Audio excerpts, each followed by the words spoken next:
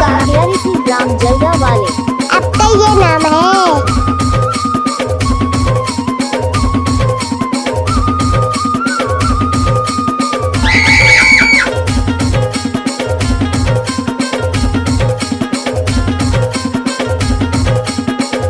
अगर प्यारी का गाना अच्छा लगे तो लाइक और शेयर और सब्सक्राइब जरूर करें।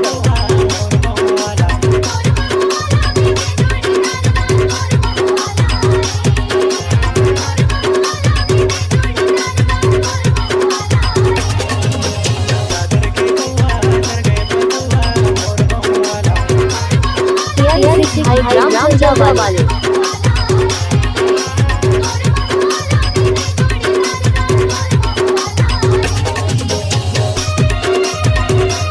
गाना तो प्यारे से भी मिक्स किया है।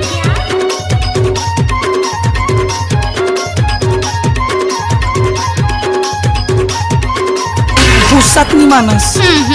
गाड़ी भर मत देबे भाई। हे भगवान, नहीं देव कहा तो समझ नहीं आता। चप्पल उतार देत हूँ तहु ढकेल के लेके था। टाइम लगते ना वो।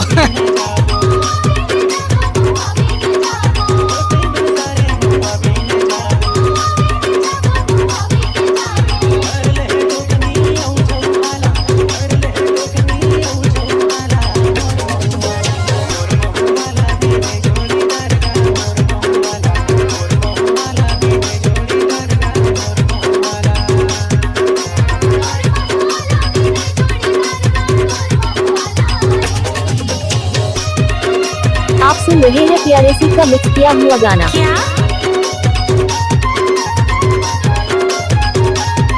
उठाइए दोनों हाथ और हो जाइए नाचने के लिए तैयार।